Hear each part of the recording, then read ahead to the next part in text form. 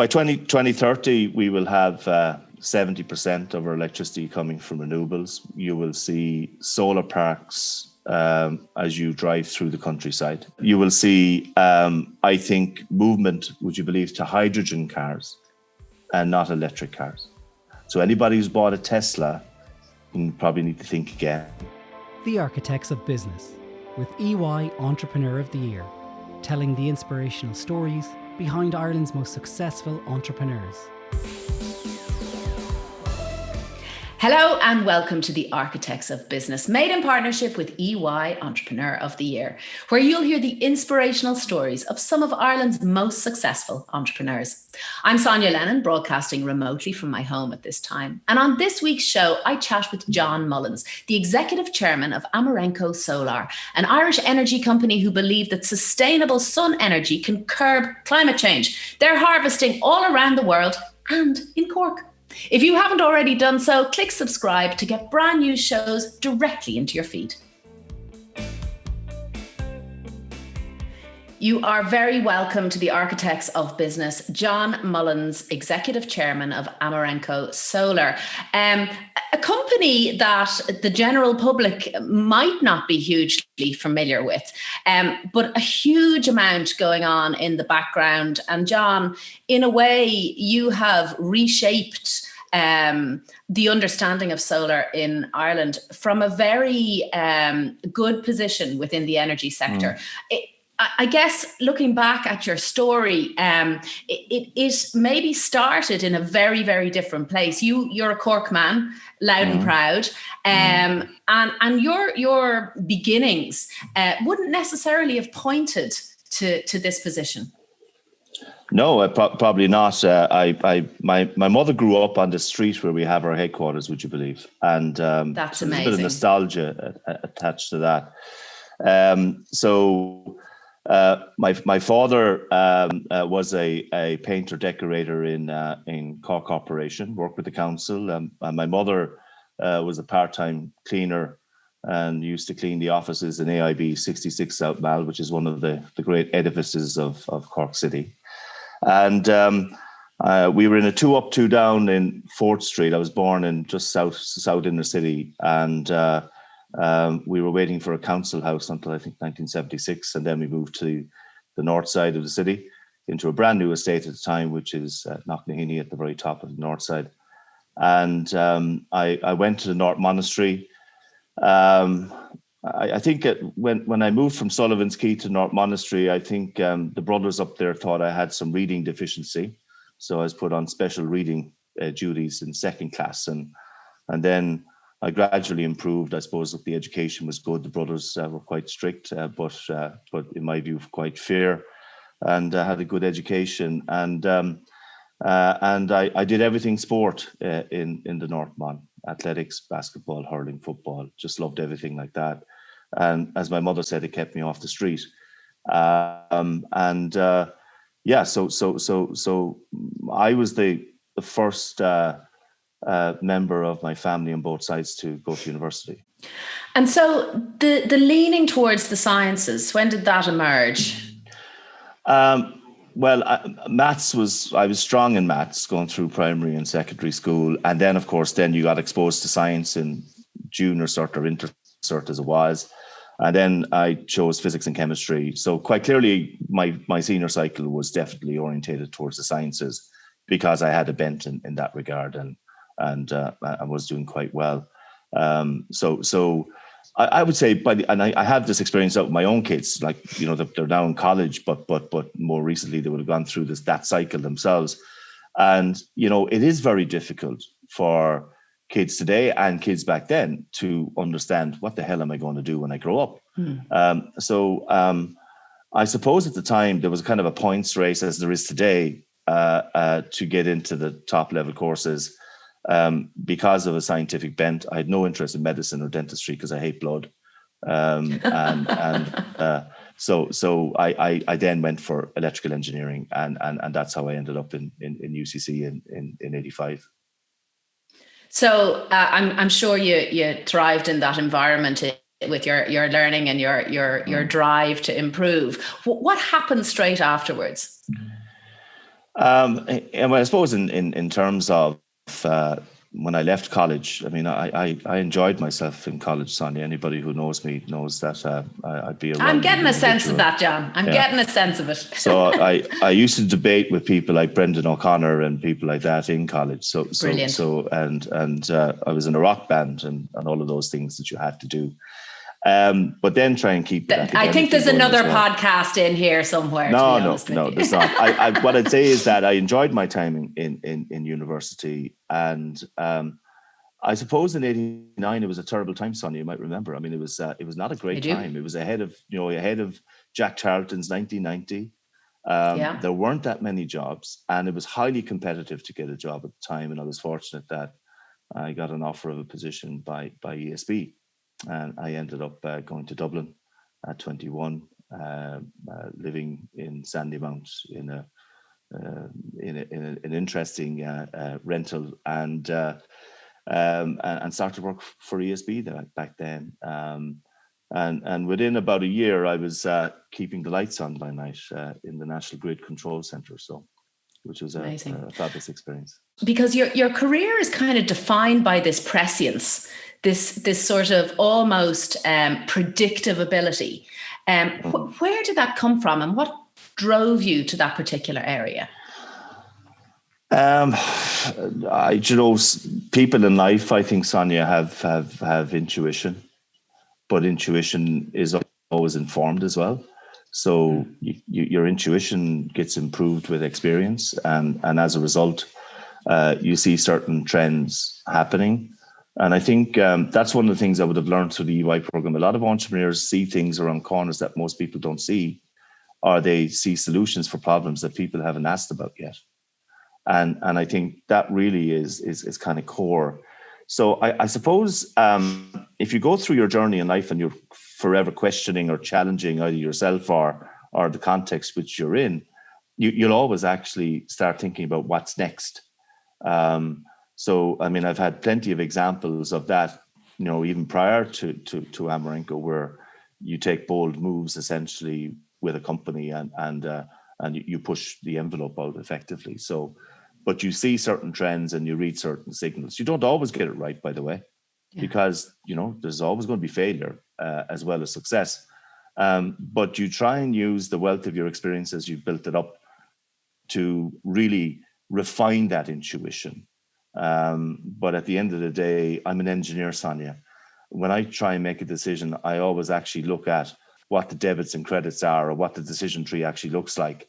So I have a very logical approach. I try and put subjectivity into logic and then use that as the basis for moving forward. What happened then?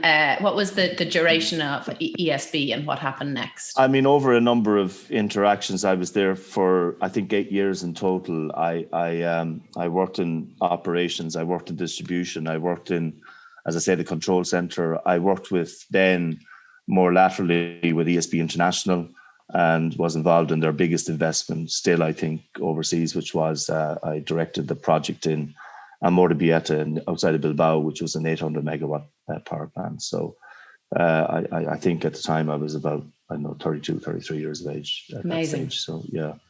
So, but it was a fabulous fantastic experience. a fantastic company as well, and stands very tall on its culture and its ethos and philosophy. So it must have been a great learning ground for you in terms of how a big company works. Well, yeah. I mean, back then, I think we need to remember that when I joined ESB, it was a monopoly. Essentially, it didn't have competitors as you have today. It did all of the planning for energy in the country when it came to electricity. It wasn't involved in gas and other things as it is today. ESBI was just actually really coming together at that stage. And the view was, look, because there was going to be changes in the Irish market, ESB needs to decide about investments abroad. And in that regard, that's how I ended up being involved in the project in Spain. It was a fabulous experience, but I was surrounded by very brilliant engineers and very brilliant accountants and lawyers. And it's a company I have the highest respect for, even though later in my career, I had to take them on in combat with respect to the big switch and Borgosh and all of that. But hopefully so there's a healthy respect there. Well, let's move on to that, because you've done really well in ESB. You've brokered major deals. You've found yourself in a position of high power, and then you left. Yeah, I moved. I moved to NTR.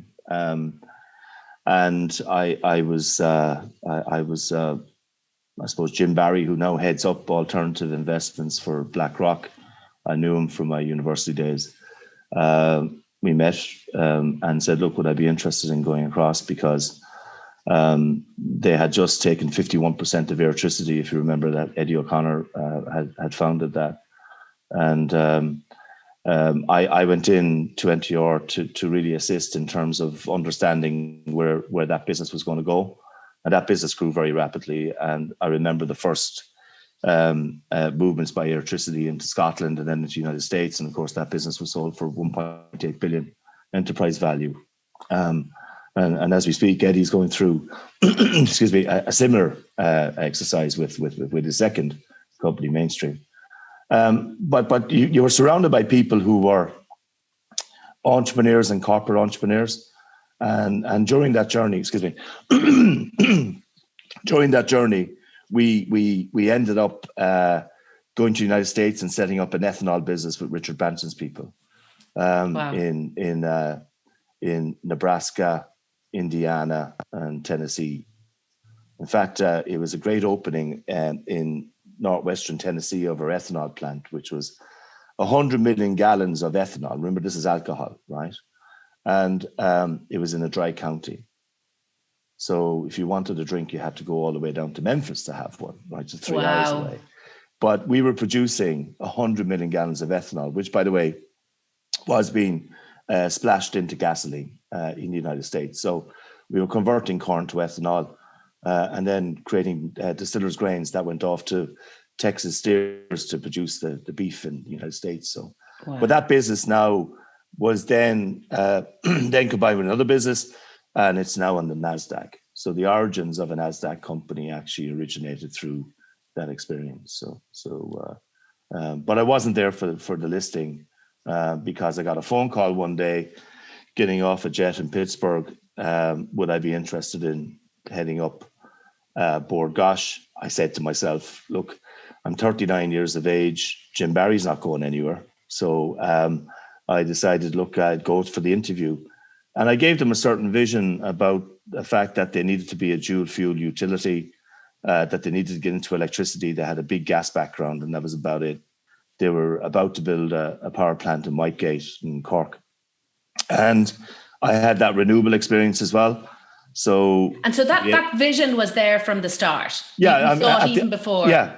I mean, I gave the presentation at the interview. I said, this is what I'd like to do. And clearly people took it on board.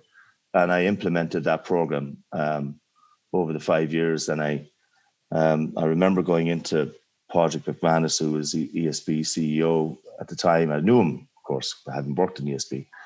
And I said, look, I have to apologize, Padraig, that, we have this power plant and I'm going to have to enter the residential market. I hope you don't mind. Don't worry about that, he said. So that was fine until we took 500,000 customers off ESB. Ooh. Well, at least you were polite about it, John. I know. I by the way, I happened to be Padraig recently, and we're nothing but polite with each other. But in a way, it did ESB a favor because it accelerated the liberalization of the market, which really the regulator had been pushing. And at the time, the Lucy Kennedy ads had worked quite well. We were very happy with the success, to say the least. I think it's extraordinary when you think about what you achieved from getting that phone call in Pittsburgh to 5 years later. That transformation of that company is pretty extraordinary. And I suppose it could only come to you from your wealth of experience that there was something else out there. When did that moment come for you? Well, I suppose I had worked in London with PwC, and I had consulted with companies that were ahead in the cycle in Europe, where they had liberalized and they had opened up their market well ahead of the Irish market. So I knew exactly what the trends were, what the tricks of the trade had been effectively in the UK. And in essence, I was just basically taking all of that learning and saying, right, This is what was successful in the United Kingdom, particularly in England and Wales. A dual fuel offering is exactly what is needed here. In addition to that, the trend to decarbonisation is really happening. And I remember raising a bond for Bord Gáis in 2009. Now, this is in the middle of a crisis. We raised a 500 million euro bond after a roadshow right across Europe, which was exhausting. And we got some reaction from some countries, right, and some investor communities, which was not good, because they did not view Ireland as a good place, particularly after the crash. But we went out on the basis that we were going to spend 1/3 of the money raised on gas pipelines and 2/3 of the money on renewable electricity. And we got the bond away, and the bond came in cheaper than what the government was raising debt over a 5-year period. Wow.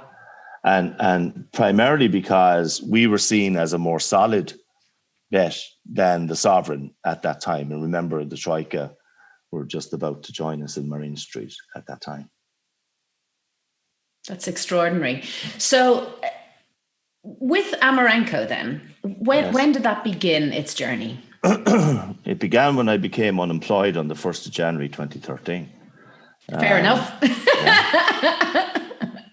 I was just after my family just left. I remember the Ormond Hotel in Kilkenny, and I was on my way back to hand in my laptop, hand in my car. The next thing I had to do was to go up to the airport, hire a car until I got myself a new one. I had no office. I had no PAs anymore. I had none of the... Sorry, John, this was on the back of the privatisation of the company? No, this was on the back of leaving Bord Gáis. I was offered a 2-year extension. I didn't go for it. I decided I was going to go and try something for myself.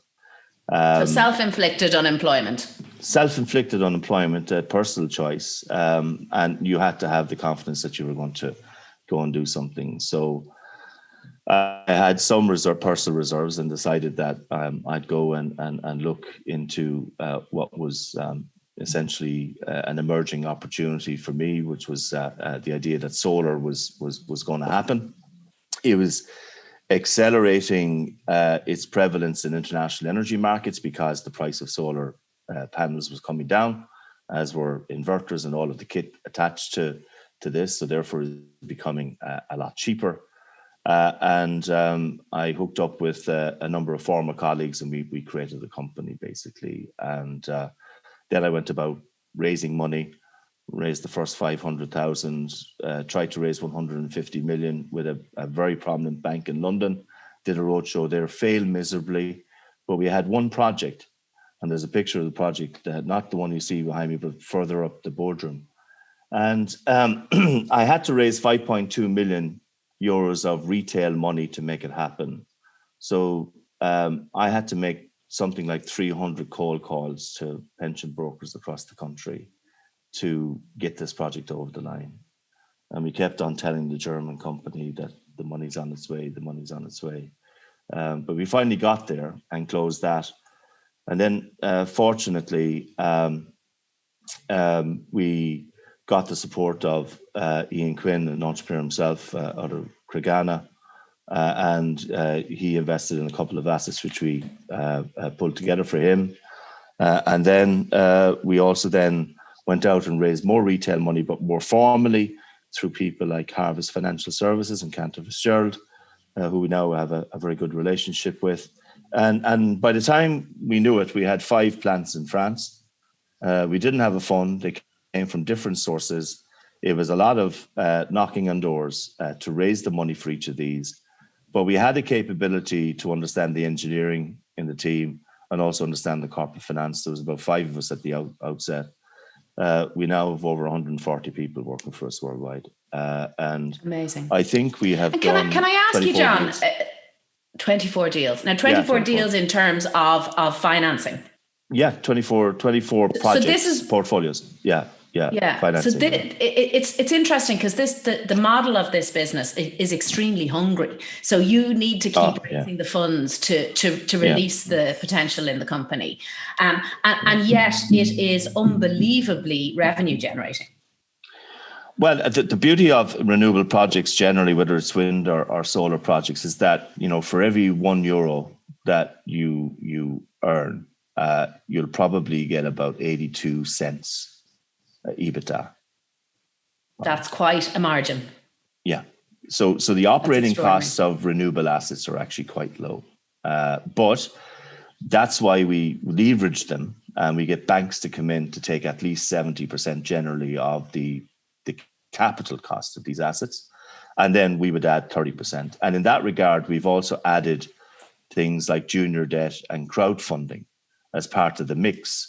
So that I love this piece. Now, this you have had a sort of a gravitational pull towards France, I think, in terms of funding. Yes, indeed, and talk to me about projects. And also projects. Yeah. Talk to me about this crowdfunding piece, because the mechanism of it is fascinating. Yeah, it's phenomenal. It's and I really wouldn't. And I've been in touch with people like David McRedmond, who I know quite well from Post, about looking at this. And I've spoken to AIB about this, amongst others. There was a group that we knew in Bordeaux called LUMO, LUMO. It was taken over by SocGen, by the way, Société Générale.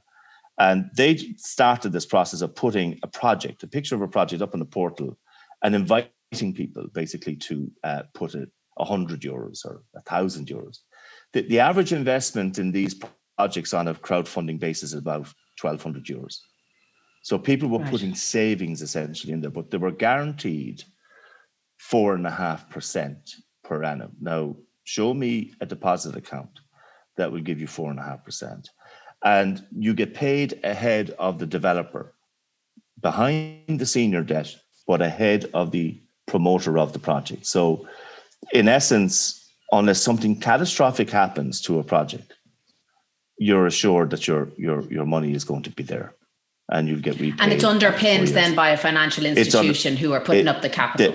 It's enabled by a financial institution that have the professional capability to look at the nature of the asset and say, this is an asset for you. This is an asset I think you should invest in. And they get 4 to 5% for about 4 years. And then we would go about refinancing that asset once the asset is up and running and has proved itself, etc. But the idea here is that you could put a number of these renewable projects up on a portal, raise money, just a bit like what linked finance or grid finance do, Sonya, in the context of other sectors. And you're dealing with an asset that is government backed from the fact that the revenue, once the sun shines, you get paid by the government, right? And you know what the operating cost base is, and you know there's enough cash in the business to pay out the coupon every year and to refinance you after 4 years. We've so much to get through, and we've so little time left. In one quick answer, how long do you think it would be, hypothetically, before you could get an organisation or an arrangement like that up in Ireland? I think you could get this up and running within 6 months. That's why you're an entrepreneur. Yeah, I don't see a reason why. I mean, look, the reality is, Sonya, you and I cannot make money out of a bank deposit. Our pensions now are actually going to have negative interest rates against us going forward. You know, if you want to have a pension pot in the future, you're going to have to take a wee bit of risk, right? And by investing in assets like this, it makes real sense because it supports the decarbonization of our community. But it also actually means that you have more money in your pocket when it comes to retirement, or when you want to actually, liquidate that particular deposit. And you're part of saving the planet, which is all there you good. Go.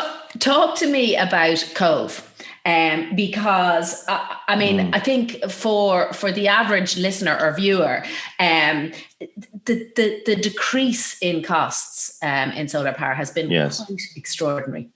Yes, it has, and module prices have come down by 80% in the last 5 years. It's a significant reduction, primarily motivated by the fact that 9 of the 10 top module manufacturers are Chinese. They have a very serious decarbonization program in China, and they have some of the largest solar farms in the world. They are increasing that production capacity as we go forward. The expectation is that we will have 13 million megawatts of solar in the world by 2050. Now, by the way, all of Ireland is 10,000 megawatts of all power, just to put that in context. So the scale of solar in terms of its deployment between 2020 and 2050 is enormous. And am I right in thinking the tariffs?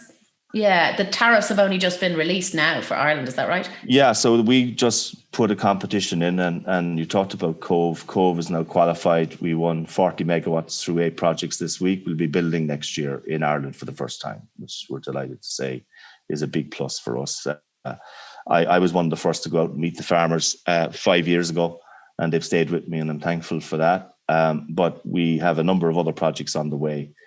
In the recent auction, the average price of solar was 73 euros a megawatt hour. That's 7 cents a unit in bill terms. Wind and solar together, the average price was 74.5. So actually, solar is now, would you believe, becoming competitive with wind in an Irish context, which we were only a one-trick pony in this country with respect to renewable energy for 25 years, which was all onshore wind. We now actually have this mix of onshore wind and solar. And I think you'll see that solar will dominate the new builds in renewable energy in Ireland until such time as offshore wind gets moving, which is probably going to be 2025 by the time you see the first major projects built. But it's a very good time for solar at this stage. So when you see a publication of stats around, this being the dullest July that we've had, is that a problem for you? Well, over the longer term, solar radiation doesn't change that much, right? So you may have plus or minus 5%. So if I take the assets in France, we've assets all over France, in Guadeloupe, and we have them in Réunion Island in the Indian Ocean. We have them in Corsica. We would say plus or minus 5% over the year. You could have a fantastic January, February, and March. We had an excellent April, from memory. During lockdown, thankfully kept us all safe. Certainly did. And we've had a very poor July, no doubt about that. But you do get months that make up for that. Level out. Absolutely. But we're building projects now in Spain that don't need a tariff. We're building projects in Oman that don't need a tariff. In Thailand that don't need a tariff. I mean, we're now in markets that don't need subsidy. They are the cheapest form of new electricity in those markets. And the reason why is that the irradiation levels are between 1,500 and 2,000 hours a year. In Cloyne or in Cobh, it's about 1,000 hours. So you can understand that there's quite a differential. In France, in the south of France, around 1,500 to 1,600 hours a year of sunshine at full load. So we know exactly how tariffs are going to be structured going forward. But for solar to be at 72 euros a megawatt hour on average in Ireland is a massive change from when we started looking at this. I would say that we were looking at tariffs of 130. So all of a sudden you're in your own future. And yes. I mean, I think the story is phenomenal, what you've done and every sort of stepping stone that you've taken to this point. You are on this podcast because you are an EY Entrepreneur of the Year alumnus. What has that meant to you? What has been the value of that to you and the importance of it? Well, I was at a number of the EY functions many years ago, actually, when I was CEO of Borgosh. I was invited a number of times to attend. And I always found the stories phenomenal, right? And then, of course, when I was president of the Cork Chamber of Commerce for 2 years, and I was involved heavily in the chamber, and I would have got to know a lot of entrepreneurs in the Cork region over that period. And they're inspiring people. And you kind of say to yourself, and I say this to myself, Sonya, life is not a dress rehearsal. That's why I decided not to take the contract in 2012. That's why I decided to go off and do something and have the strength of my own convictions to go about and do something. I'm surrounded in the alumni by people who have done crazy things in the eyes of their friends and family, but they have been extremely successful. They know what failure is about, and they know how to learn. They know how to actually, when you meet them, swap ideas, have a contact sheet, help each other out. And certainly you could see that in the middle of lockdown, how people were trying to help each other out. What they're trying to do, for co-create, example, isn't there a sort of a creative energy around it? It's phenomenal. And in addition to that, Sonya, you look at the sort of insurance issues that businesses have in Ireland. The alumni is very serious about dealing with public liability insurance issues, essentially, because a lot of the alumni have locations where the public come in and out. And as a result, they're not happy with business insurance. And, they are lobbying very hard to change the rules and the law with respect to fairness with businesses who suffer excessive claims or fraudulent claims. And these are the type of topics that are coming up in terms of discussions. And we have our own group, our WhatsApp group, which is excellent. And you get to hear about people's successes. And it drives, if you're part of that type of club, it's a great club to be part of. But it was great, actually, going back to the start of this. It was great for my parents at 75 years of age to go to City West last year to attend.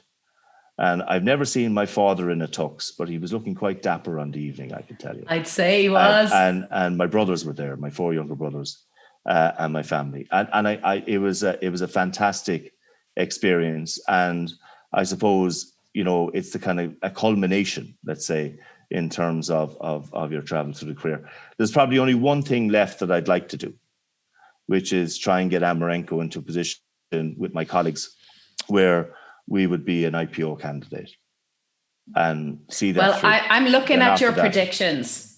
I'm looking at your predictions for the future of energy provision in Ireland. And, yes. and I'm going to let you make the statement of what you believe it is by 2030. By 2030, we will have 70% of our electricity coming from renewables. You will see solar parks as you drive through the countryside. Hopefully not too many, because we're supposed to visually block them from people on the roads. But you will see them. You will see, I think, movement, would you believe, to hydrogen cars and not electric cars. So anybody who's bought a Tesla, you probably need to think again, because by 2030, I do believe that liquid hydrogen, green hydrogen, is going to overtake it, because there are issues, in my view, around lithium ion going forward. Whereas hydrogen is just created from water and electrolysis. It's a very simple process. So my sense is that you can see hydrogen replacing electric vehicles going forward. And I think there's a lot of discussion in the ether about that, to excuse the pun. John Mullins, Chief Executive Chairman of Amarenco Solar. It has been an absolute pleasure talking to you. I have no doubt that you are the future right now of renewable energy. And as you continue to dominate the space, congratulations and best of luck. Thank you, Sonya. Bye-bye. Thanks for listening and watching Architects of Business, made in partnership with EY Entrepreneur of the Year. Thanks to the team here at Joe, and of course to our entrepreneur today, John Mullins. If you haven't already done so, click subscribe to get brand new shows directly into your feed.